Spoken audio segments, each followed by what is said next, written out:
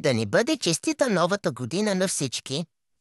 Бая заря имаше, но аз си седях на топло и си прекарах много добре. Чака мама да ни даде подаръка. А ако се сети, че нямам ръце и го отвори, още по-добре. Какво ли има тука, какво ли? Айде, сети се. Подарила ми е една много хубава играчка. Не мога да повярвам колко успях да помадря за 10 месеца. И майка ми не може да повярва колко много неща могат да се случат за една година. Чичо Адам също получи хубава гощавка. Що ме за ядене винаги е доволен. Календарът също е на привършване. Само че кое число изтеглиш, не помня. Беше 8, числото на щастието.